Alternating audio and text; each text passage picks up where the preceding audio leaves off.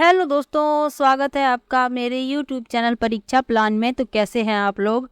I hope अच्छे होंगे। और जैसा कि आप लोगों को पता है कि साइंस को NCERT से पढ़ रहे हैं, तो क्लास 8 की बुक का 7वां चैप्टर है किशोरावस्था की ओर। अच्छा लेसन है। आज के लेसन में किशोरावस्था के बारे में जानेंगे, यानी टीनेज के बारे में। तो चलिए शुरू करते हैं। वीडियो देखने के बाद यदि आपको अच्छा लगे तो वीडियो को लाइक और शेयर कीजिएगा, और यदि आप चैनल पर नए हैं तो चैनल को सब्सक्राइब कर लीजिए। तो चलिए शुरू करते हैं। लिखा है, पिछले अध्याय में आपने पढ़ा कि जंतु किस प्रकार जनन करते हैं। मानव एवं बहुत से अन्य जंतु एक निश्चित आयु तक पहुंचने के बाद ही जनन कर सकते हैं। मानव किसी निश्चित आयु के बाद ही क्यों जनन कर सकते हैं? इस अध्याय में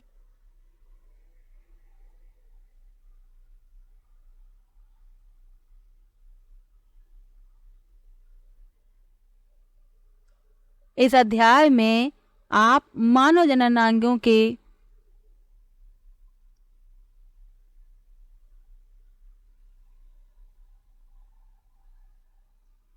अध्याय 6 में आप मानव जननांगों के विषय में पढ़ चुके हैं। इस अध्याय में हम उन हार्मोनों के विषय में चर्चा करेंगे जो शिशु में होने वाले उन परिवर्तनों में महत्वपूर्ण भूमिका निभाते हैं, जिसके कारण बच्चा बड़ा होकर वयस्क हो जाता है। तो यही इसमें बताया गया है कि शिशु कैसे बढ़ता है और कैसे वयस्क बन जाता है, इन सभी के बारे में बताया गया है। तो सबसे पहले लिखा है किशोरावस्था एवं यौवना प्रारंभ। बूझो अपना 12वां जन्मदिन मना रहा था। मित्रों के चले जाने के पश्चात बूझो और पहेली अपने माता पिता के साथ बातें करने लगे। पहेली एक कन्या विद्यालय में पढ़ती है, वह हंसने लगी। उसने टिप्पणी की कि बूझो के कई मित्रों जिनसे वह 1 वर्ष बाद मिली थी की लंबाई एकाएक कितनी बढ़ गई है। उनमें से कुछ तो मूछें आने से जोकर नजर आ रहे थे। उसकी माँ ने समझाया कि लड़के बड़े हो गए हैं। वृद्धि जन्म के समय से ही होने लगती है, परंतु 10 या 11 वर्ष की आयु के बाद वृद्धि में एकाएक तीव्रता आती है। यानी वृद्धि जन्म के समय से ही प्रारंभ हो जाती है, लेकिन 10 या 11 वर्ष की आयु के बाद वृद्धि में एकाएक तीव्रता आती है, यानी कि तीव्र परिवर्तन होते हैं। आप लोगों ने देखा होगा, आपके आसपास कुछ बच्चे छोटे थे, लेकिन 10 या 11 वर्ष की आयु में आते आते वे अचानक से बड़े लगने लगते हैं। उनकी मूछ निकलने लगती है। लड़कियां होती हैं, उनकी भी लंबाई बढ़ जाती है। तो ये परिवर्तन जो है तीव्रता से होता है 10 या 11 वर्ष की आयु के बाद, और वृद्धि जो है साफ दिखाई देने लगती है। शरीर में होने वाले परिवर्तन वृद्धि प्रक्रिया का एक भाग हैं, और यह इस बात का संकेत है कि अब आप बच्चे नहीं रहे तथा युवावस्था में कदम रख रहे हैं। यानी कि वृद्धि का साफ तौर पर दिखाई देना इस बात का संकेत करता है कि बच्चे जो हैं अब बच्चे नहीं रहे, बड़े हो गए हैं, यानी वे युवावस्था की ओर बढ़ रहे हैं।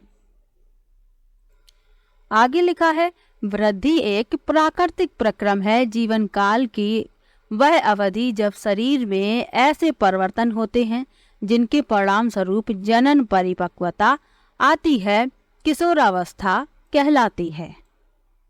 किशोरावस्था लगभग 11 वर्ष की आयु से प्रारंभ होकर 18 अथवा 19 वर्ष की आयु तक रहती है। तो ये आपको याद रखना है, किशोरावस्था का प्रारंभ होता है 11 वर्ष से, और 18 या 19 वर्ष की आयु तक किशोरावस्था रहती है। यह अवधि क्योंकि अंग्रेजी के टीन्स तक होती है, किशोरों को टीनेजर्स भी कहा जाता है। यानी 19 तो उसी टीन्स तक रहती है, इसीलिए इसे टीनेजर्स भी कहा जाता है। लड़कियों में यह अवस्था लड़कों की अपेक्षा 1 या 2 वर्ष पूर्व प्रारंभ हो जाती है। लड़कियों में यह अवस्था जल्दी प्रारंभ होती है लड़कों की अपेक्षा। किशोरावस्था की अवधि व्यक्तियों में भिन्न भिन्न होती है। तो किशोरावस्था एक ऐसा काल है जिसमें ना बच्चा बच्चा रहता है, ना बड़ा हो पाता है। तो यहाँ पर लिखा भी है कि जीवन का यह ऐसा अजीब काल है, इसमें आप ना तो बच्चे हो रहते हैं और ना ही बड़े। और ये बच्चे जो हैं जिज्ञासु हो जाते हैं, हर बात जानने के लिए ये उत्सुक रहते हैं। आगे लिखा है किशोरावस्था के दौरान मनुष्य के शरीर में अनेक परिवर्तन आते हैं। यह परिवर्तन यौवना आरंभ का संकेत है। इनमें से सबसे महत्वपूर्ण परिवर्तन है लड़के एवं लड़कियों की जनन क्षमता का विकास। किशोर की जनन परिपक्वता के साथ ही यौवना आरंभ समाप्त हो जाता है, यानी कि जनन परिपक्वता आ जाती है तो उसी के साथ यौवना आरंभ समाप्त हो जाता है।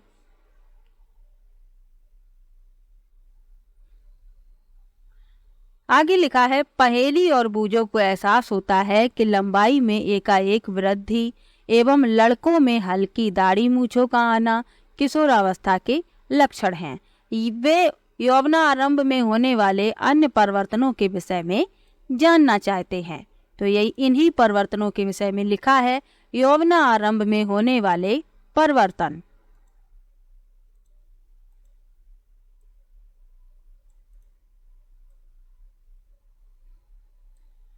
सबसे पहले लिखा है लंबाई में वृद्धि। लंबाई में एकाएक वृद्धि यौवना आरंभ के दौरान होने वाला सबसे अधिक दृष्टिगोचर परिवर्तन है। इस समय शरीर की लंबी अस्थियों की अर्थात हाथ एवं पैरों की अस्थियों की लंबाई में वृद्धि होती है और व्यक्ति लंबा हो जाता है। तो ये परिवर्तन दिखाई देता है, बच्चे लंबे हो जाते हैं, उनकी लंबाई में परिवर्तन जो है पूर्ण रूप से दिखाई देता है। तो पहला परिवर्तन यही है, लंबाई में वृद्धि।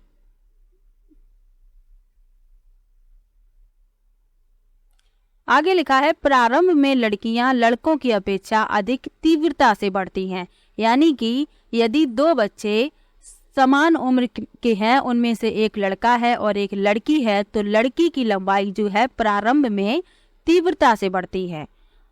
आगे लिखा है परंतु लगभग 18 वर्ष की आयु तक दोनों अपनी अधिकतम लंबाई प्राप्त कर लेते हैं। अलग अलग व्यक्तियों की लंबाइयों में वृद्धि की दर भी भिन्न भिन्न होती है। कुछ यौवना आरंभ में तीव्र गति से बढ़ते हैं तथा बाद में यह गति धीमी हो जाती है, जबकि कुछ धीरे धीरे वृद्धि करते हैं। तो विकास की दर सभी में भिन्न भिन्न होती है, तो इसीलिए किसी की लंबाई पहले बढ़ जाती है और किसी की लंबाई बाद में बढ़ती है।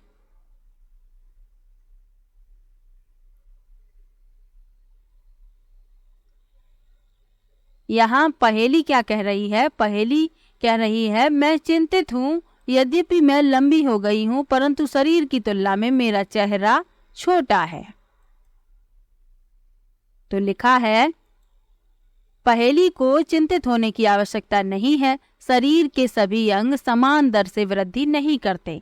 कभी कभी किशोर के हाथ अथवा पैर शरीर के अन्य अंगों की अपेक्षा बड़े दिखाई देते हैं, परंतु शीघ्र ही दूसरे भाग भी वृद्धि कर शारीरिक अनुपात को संतुलित कर लेते हैं। फलतः शरीर सुडौल हो जाता है। आगे लिखा है आपने ध्यान दिया होगा कि किसी व्यक्ति की लंबाई उसके परिवार के किसी न किसी सदस्य के लगभग समान होती है।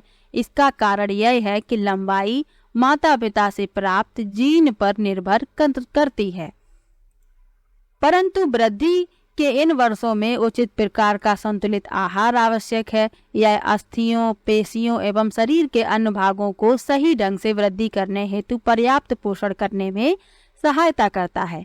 आप किशोर की पोषक आवश्यकताओं के विषय में इस अध्याय में आगे पढ़ेंगे। यानी कि लंबाई तो माता पिता से प्राप्त जीन पर निर्भर करती है, लेकिन उस समय क्या है, संतुलित आहार भी लेना आवश्यक है।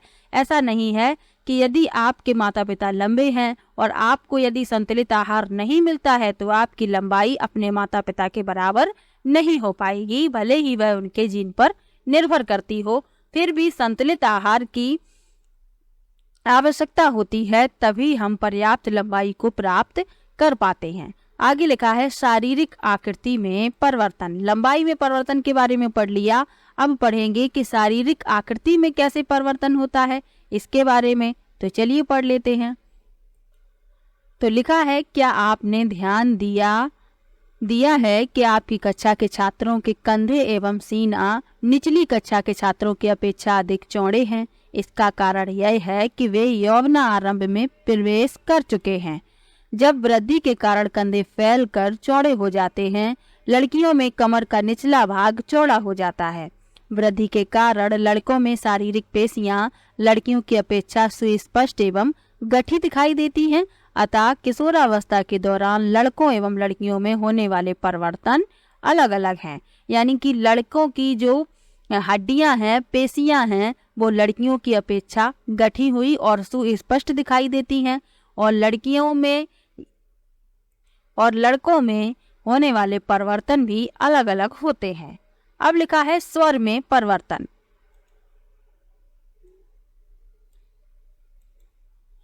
क्या आपने ध्यान दिया कि कभी कभी आपके कक्षा के कुछ लड़कों की आवाज फटने लगती है?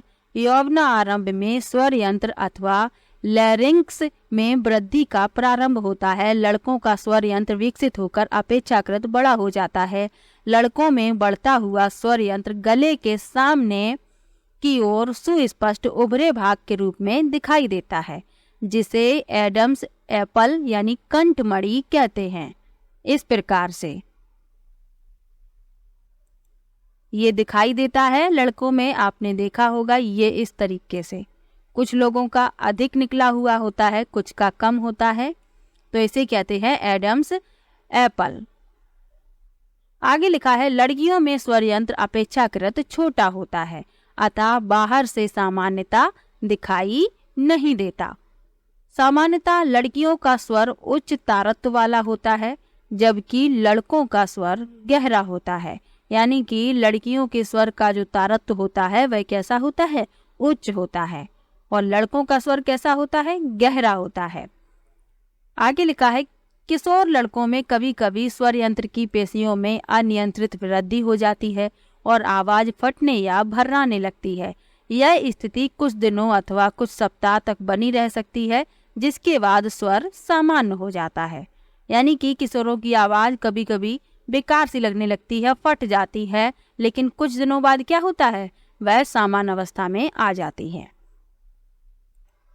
आगे लिखा है स्वेद एवं तैल ग्रंथियों की क्रियाशीलता में वृद्धि। लिखा है किशोरावस्था में स्वेद एवं तैल ग्रंथियों का स्राव बढ़ जाता है। इन ग्रंथियों की अधिक क्रियाशीलता के कारण कुछ व्यक्तियों के चेहरे पर फुंसियां और मुहासे आदि हो सकते हैं। तो आपने देखा होगा किशोरावस्था में चेहरे पर मुहासे हो जाते हैं, दाने दिखाई देते हैं, तो ये इसी कारण से होता है। यहाँ महत्वपूर्ण तथ्य में क्या लिखा हुआ है? स्वेद ग्रंथि, तैल ग्रंथि तथा लार ग्रंथि जैसी कुछ ग्रंथियां अपना स्राव वाहियों द्वारा स्रावित करती हैं। अंतःस्रावी ग्रंथियां हार्मोनों को सीधे रुधिर प्रवाह में निर्मोचित करती हैं, इसलिए इन्हें नलका विहीन ग्रंथियां भी कहते हैं। कौन सी? अंतःस्रावी ग्रंथियों को नलका विहीन ग्रंथियां भी कहते हैं। आगे लिखा है मानसिक, बौद्धिक एवं संवेदनात्मक परिपक्वता प्राप्त होना।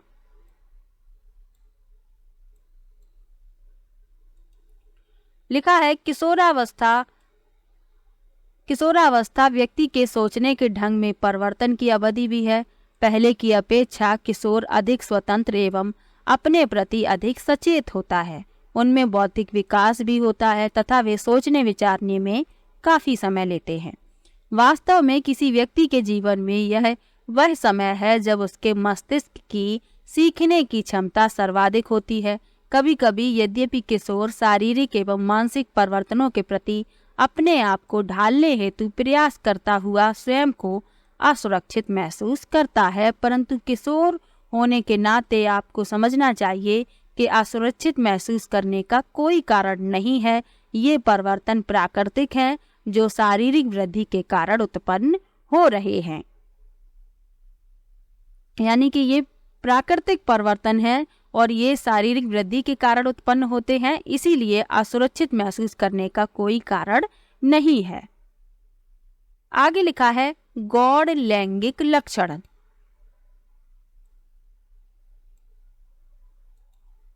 लिखा है आप अध्याय 6 में पढ़ चुके हैं कि वृषण एवं अंडाशय जनन अंग हैं, बिल्कुल पढ़ा था, उनके भाग भी बताए थे। आगे लिखा है वे युग्मक अर्थात शुक्राणु एवं अंडाणु उत्पन्न करते हैं। युवावस्था में लड़कियों में स्तनों का विकास होने लगता है तथा लड़कों के चेहरे पर बाल उगने लगते हैं। दाढ़ी मूंछ आने लगती है। ये लक्षण क्योंकि लड़कियों को लड़कों से पहचानने में सहायता करते हैं, अतः इन्हें गौण लैंगिक लक्षण कहते हैं। लड़कों के सीने पर भी बाल आ जाते हैं। लड़कों एवं लड़कियों दोनों में ही बगल एवं जांघ के ऊपरी भाग अथवा प्यूबिक क्षेत्र में भी बाल आ जाते हैं। आगे लिखा हुआ है, किशोरावस्था में होने वाले परिवर्तन हार्मोन द्वारा नियंत्रित होते हैं।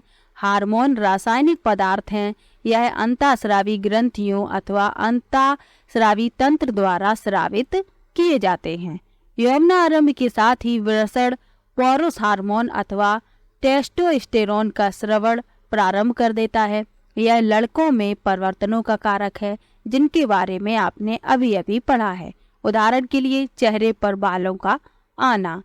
लड़कियों में यौवनारंभ के साथ ही अंडाशय स्त्री हार्मोन अथवा एस्ट्रोजन उत्पादित करना प्रारंभ कर देता है। तो आपको याद रखना है, पौरुष हार्मोन कौन होता है? टेस्टोस्टेरोन। और स्त्री हार्मोन कौन सा है? एस्ट्रोजन। ये आपको नाम याद रखने हैं। आगे लिखा है, जिससे स्तन विकसित हो जाते हैं। दुग्ध स्रावी ग्रंथियां अथवा दुग्ध ग्रंथियां स्तन के अंदर विकसित होती हैं।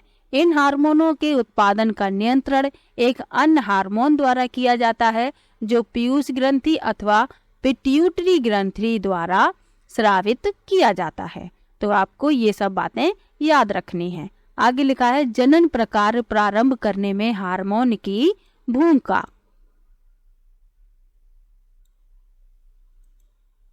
लिखा है, अंतःस्रावी ग्रंथियां हार्मोन रुधिर प्रवाह में स्रावित करती हैं जिससे वह शरीर के विशिष्ट भाग अथवा लक्ष्य स्थल तक पहुंच सके। लक्ष्य स्थल हार्मोन के प्रति अनुक्रिया करता है। हमारे शरीर में अनेक अंतःस्रावी ग्रंथियां हैं। वृषण एवं अंडाशय लैंगिक हार्मोन स्रावित करते हैं। आपने अभी अभी पढ़ा कि यह हार्मोन गौण लैंगिक लक्षणों के लिए उत्तरदायी है। लैंगिक हार्मोन भी पीयूष ग्रंथि द्वारा स्रावित हार्मोन के नियंत्रण में है। पीयूष ग्रंथि अनेक हार्मोन स्रावित करती है। उनमें से एक हार्मोन अंडाशय में अंडाणु एवं वृषण में शुक्राणु के परिपक्व होने को नियंत्रित करता है। तो आपको याद रखना है कि पीयूष ग्रंथि जो है अनेक हार्मोन का स्रावण करती है और ये प्रश्न भी पूछा जा चुका है।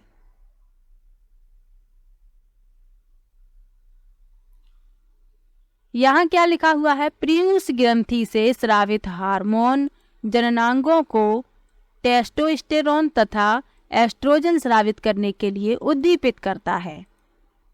रुधिर प्रवाह में स्रावित किया जाता है तथा शरीर के विभिन्न भागों तक पहुंचता है। उसके बाद क्या होता है? यौवना आरंभ के समय शरीर में परिवर्तनों को उद्दीपित करता है। तो यौवना आरंभ में शारीरिक परिवर्तन हार्मोन द्वारा नियंत्रित होते हैं। अब लिखा है, मानव में जनन काल की अवधि। लिखा है, जब किशोरों के वृषण तथा अंडाशय युग्मक उत्पादित करने लगते हैं तब वे जनन के योग्य हो जाते हैं। युग्मक की परिपक्वता एवं उत्पादन की क्षमता पुरुषों में स्त्रियों की अपेक्षा अधिक अवधि तक रहती है। स्त्रियों में जननावस्था का प्रारंभ यौवना प्रारंभ यानी 10 से 12 वर्ष की आयु से हो जाता है तथा सामान्यतः 45 से 50 वर्ष की आयु तक चलता है। यौवना आरंभ पर अंडाणु परिपक्व होने लगते हैं। अंडाशयों में एक अंडाणु परिपक्व होता है तथा लगभग 28 से 30 दिनों के अंतराल पर किसी एक अंडाशय द्वारा निर्मोचित होता है। इस अवधि में गर्भाशय की दीवार मोटी हो जाती है जिससे वह अंडाणु निषेचन के पश्चात युग्मनज को ग्रहण कर सके, जिसके फलस्वरूप गर्भधारण होता है। यदि अंडाणु का निषेचन नहीं हो पाता तब उस स्थिति में अंडाणु तथा गर्भाशय का मोटा स्तर उसकी रुधिर वाहिकाओं सहित निस्तारित हो जाता है। इससे स्त्रियों में रक्तस्राव होता है जिसे ऋतुस्राव अथवा रजोधर्म कहते हैं। ऋतुस्राव लगभग 28 से 30 दिन में एक बार होता है। पहला ऋतुस्राव यौवनारंभ में होता है जिसे रजोदर्शन कहते हैं। लगभग 45 से 50 वर्ष की आयु में ऋतुस्राव होना रुक जाता है। ऋतुस्राव के रुक जाने को रजोनिवृत्ति कहते हैं। प्रारंभ में ऋतुस्राव चक्र अनियमित हो सकता है तथा उसके नियमित होने में कुछ समय लग सकता है।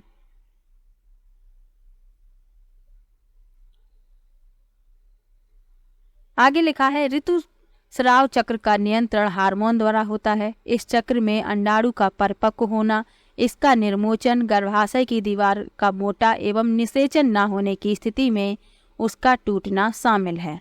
यदि अंडाणु का निषेचन हो जाता है तो वह विभाजन करता है तथा गर्भाशय में विकास के लिए स्थापित हो जाता है, जैसा कि आप पिछले अध्याय में पढ़ चुके हैं। अब लिखा है संतति का लिंग निर्धारण किस प्रकार होता है, यानी कि ये कैसे निर्धारित होता है कि लड़का होगा या लड़की। तो इसी के बारे में लिखा है लड़का अथवा लड़की।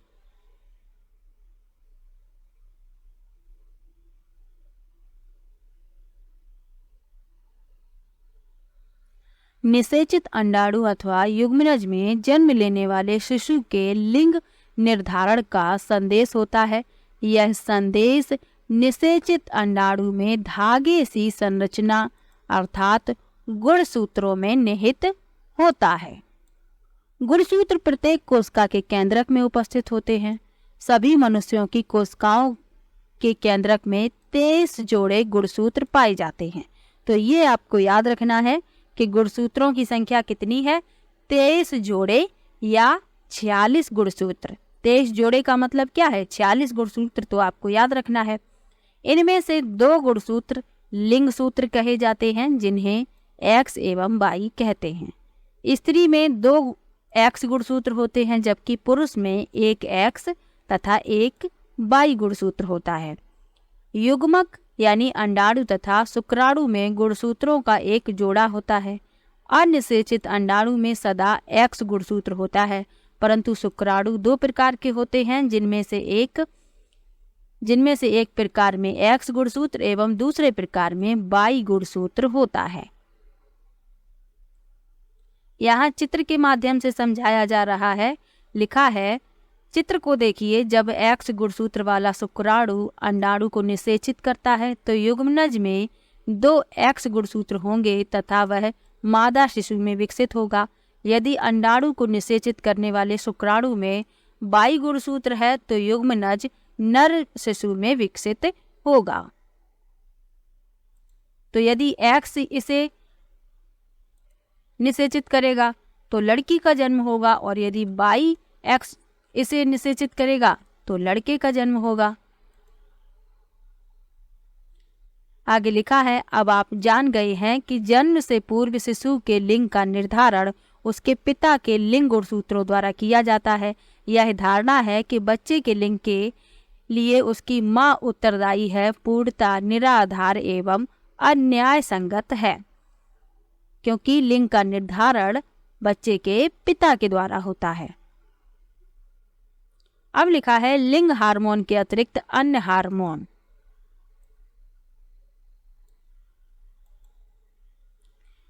चित्र का पुनः अवलोकन कीजिए। पीयूष ग्रंथि द्वारा स्रावित हार्मोन जननांगों को उनके हार्मोन उत्पन्न करने के लिए उद्दीपित करते हैं। आप पढ़ ही चुके हैं कि पीयूष ग्रंथि एक अंतःस्रावी ग्रंथि है जो मस्तिष्क से जुड़ी होती है। पीयूष ग्रंथि वृषण एवं अंडाशय के अतिरिक्त हमारे शरीर में थायराइड, अग्न्याशय एवं एड्रीनल जैसी कुछ अन्य अंतःस्रावी ग्रंथियां भी पाई जाती हैं। तो यहाँ से ये प्रश्न पूछा गया था, पहले ये चित्र बना था और ये जो ग्रंथियां हैं इनकी जगह पर ABCD लिखा था। ये 4 पूछी गई थी और प्रश्न में पूछा गया था कि ABCD क्या है। तो आपको याद रखना है कि यहाँ होती है ये पीयूष ग्रंथि, ये थायराइड ग्रंथि है, ये एड्रीनल ग्रंथि है और ये अग्न्याशय है।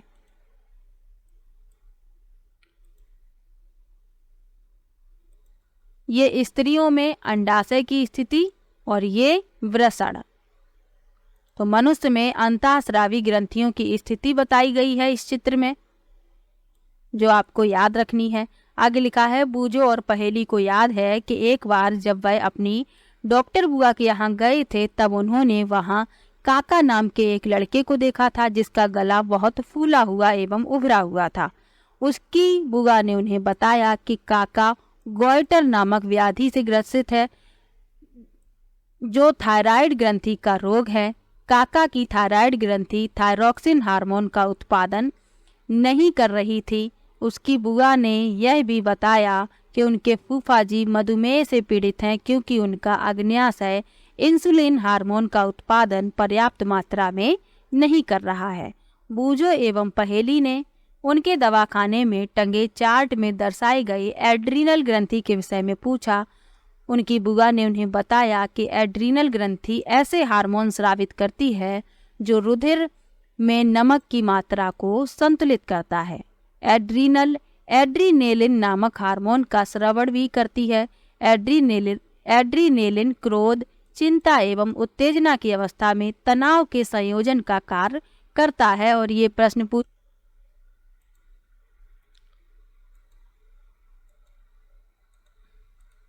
तो आपको क्या याद रखना है कि एड्रीनेलिन क्रोध, चिंता एवं उत्तेजना की अवस्था में तनाव के संयोजन का कार्य करता है। आगे लिखा है, थायराइड एवं एड्रीनल ग्रंथि पीयूष ग्रंथि द्वारा स्रावित हार्मोन के माध्यम से प्राप्त आदेश के अनुसार ही अपने हार्मोन का स्रवण करती हैं। पीयूष ग्रंथि वृद्धि हार्मोन भी स्रावित करती है जो व्यक्ति की सामान्य वृद्धि के लिए आवश्यक है।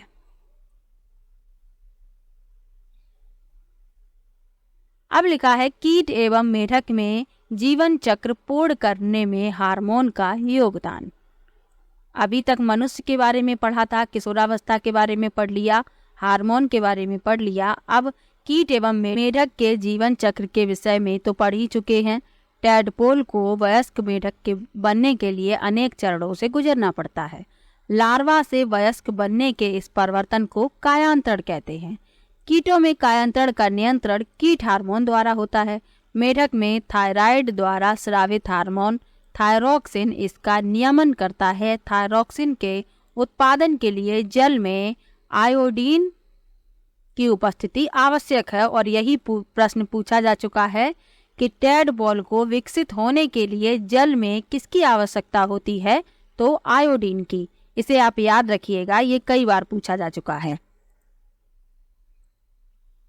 आगे लिखा है, यदि जल में जिसमें टैडपोल वृद्धि कर रहे हैं पर्याप्त मात्रा में आयोडीन नहीं है तो टैडपोल वयस्क मेढक में परिवर्तित नहीं हो सकते।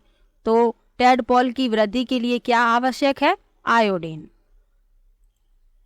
यहाँ एक महत्वपूर्ण तथ्य लिखा हुआ है, यदि व्यक्ति के आहार में पर्याप्त आयोडीन न हो तो क्या उन्हें थायरॉक्सिन की कमी के कारण गॉइटर हो जाएगा? बिल्कुल हो जाएगा। अब लिखा है, जननात्मक स्वास्थ्य। लिखा है, व्यक्ति का कायिक एवं मानसिक विसंगति मुक्त होना उस व्यक्ति का स्वास्थ्य कहलाता है। किसी भी आयु के व्यक्ति के शरीर को स्वस्थ रखने के लिए उसे संतुलित आहार की आवश्यकता होती है। व्यक्ति को वैयक्तिक स्वच्छता एवं सफाई का नियमित रूप से पालन एवं पर्याप्त शारीरिक व्यायाम भी करना चाहिए।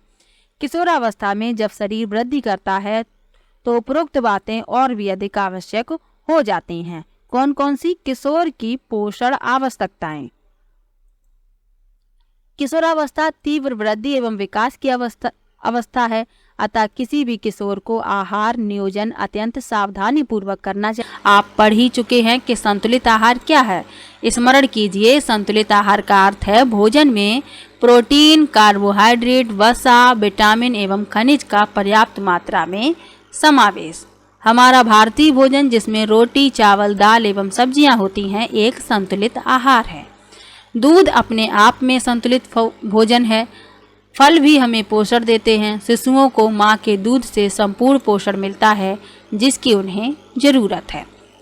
लौह यानी आयरन तत्व रुधिर का निर्माण करता है तथा लौह प्रचुर खाद्य जैसे कि पत्तीदार सब्जियां, गुड़, मांस, संतरा, आंवला इत्यादि किशोर के लिए अच्छे खाद्य हैं।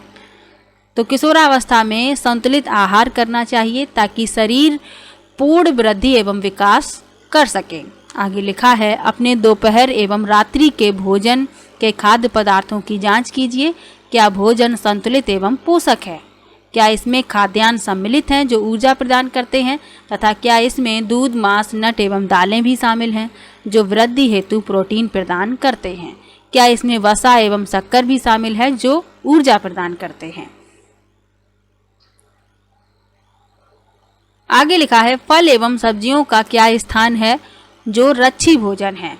चिप्स तथा पैक किए हुए अथवा डिब्बाबंद खाद्य यद्यपि स्वादिष्ट होते हैं परंतु उन्हें नियमित भोजन के स्थान पर नहीं खाना चाहिए क्योंकि उनमें पोषक मात्रा पर्याप्त नहीं होती।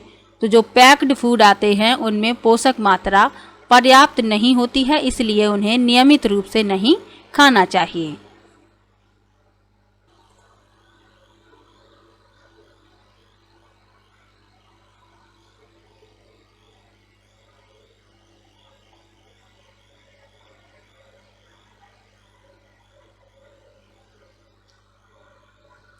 तो ये भोजन के पोषक पदार्थ बताए गए हैं यहाँ पर, तो इन्हें अपने भोजन में शामिल करना चाहिए। यदि आप मांस का सेवन करते हैं तो मांस का सेवन करिए, लेकिन यदि आप नहीं करते हैं तो आप सब्जियाँ, फल, दालें अपने भोजन में शामिल कर सकते हैं। इसके अलावा दूध भी आपको शामिल करना है। अब लिखा है व्यक्तिगत स्वच्छता के बारे में। लिखा है, प्रत्येक व्यक्ति को प्रतिदिन एक बार स्नान करना चाहिए। यह किशोरों के लिए और भी आवश्यक है क्योंकि श्वेत ग्रंथियों की अधिक क्रियाशीलता के कारण शरीर से गंध आने लगती है। शरीर के सभी भागों को स्नान करते समय भली प्रकार धोकर करना चाहिए। यदि सफाई नहीं रखी गई तो जीवाणु संक्रमण होने का खतरा रहता है। लड़कियों को ऋतुस्राव के समय सफाई का विशेष ध्यान रखना चाहिए। उन्हें अपने ऋतुस्राव चक्र का ध्यान रखते हुए ऋतुस्राव के लिए तैयार रहना चाहिए। हमेशा साफ सैनिटरी नैपकिन अथवा घर पर तैयार किए गए कपड़े के पैड इत्यादि का उपयोग करें। आवश्यकता अनुसार हर 4-5 घंटे में नैपकिन अथवा घर पर तैयार किए गए पैड को बदलते रहें। अब लिखा है शारीरिक व्यायाम भी करना चाहिए। तो लिखा है शरीर को चुस्त एवं दुरुस्त रखने के लिए शारीरिक व्यायाम एवं ताजी हवा में टहलना एवं खेलना आवश्यक है। सभी युवा, किशोर एवं लड़के लड़कियों को टहलना, व्यायाम करना एवं बाहर खेलना चाहिए।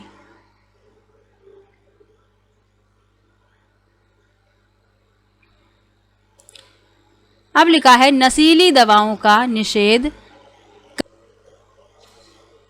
लिखा है किशोरावस्था व्यक्ति के शारीरिक एवं मानसिक रूप से अधिक सक्रियता का समय है जो वृद्धि काल का एक सामान्य भाग है। अतः भ्रमित अथवा असुरक्षित महसूस ना करें। यदि कोई व्यक्ति आपको यह बताता है कि किसी ड्रग या नशीली दवाई के सेवन से आप अच्छा अथवा तनाव मुक्त महसूस करेंगे तो आपको इसके लिए ना कहना चाहिए जब तक कि वह दवा डॉक्टर द्वारा ना दी गई हो। ड्रग्स नशीले पदार्थ हैं, इनकी लत पड़ जाती है। यदि आप इन्हें एक बार लेते हैं तो आपको इन्हें बार बार लेने की इच्छा होती है, परंतु कालांतर में यह हानिकारक है। यह स्वास्थ्य एवं खुशी दोनों को ही बर्बाद कर देते हैं। आगे लिखा है आपने एड्स के विषय में तो अवश्य ही सुना होगा जो HIV नामक खतरनाक विषाणु द्वारा होता है। यह वायरस एक पीड़ित व्यक्ति से स्वस्थ व्यक्ति में ड्रग के लिए इस्तेमाल की जाने वाली सिरिंज द्वारा भी जा सकता है। वायरस का संक्रमण दूसरे माध्यमों जैसे कि पीड़ित मां से दूध द्वारा उसके शिशु में हो सकता है। HIV से पीड़ित व्यक्ति के साथ लैंगिक संपर्क स्थापित करने द्वारा भी इस रोग का संक्रमण। तो आज का ये लेसन यहीं पर समाप्त होता है। किशोरावस्था के बारे में पढ़ा और जो भी महत्वपूर्ण तथ्य थे जहाँ से प्रश्न बन सकते हैं वहाँ मैंने बता दिया है, तो उन तथ्यों को याद रखिएगा। तो चलिए मिलते हैं नेक्स्ट वीडियो में।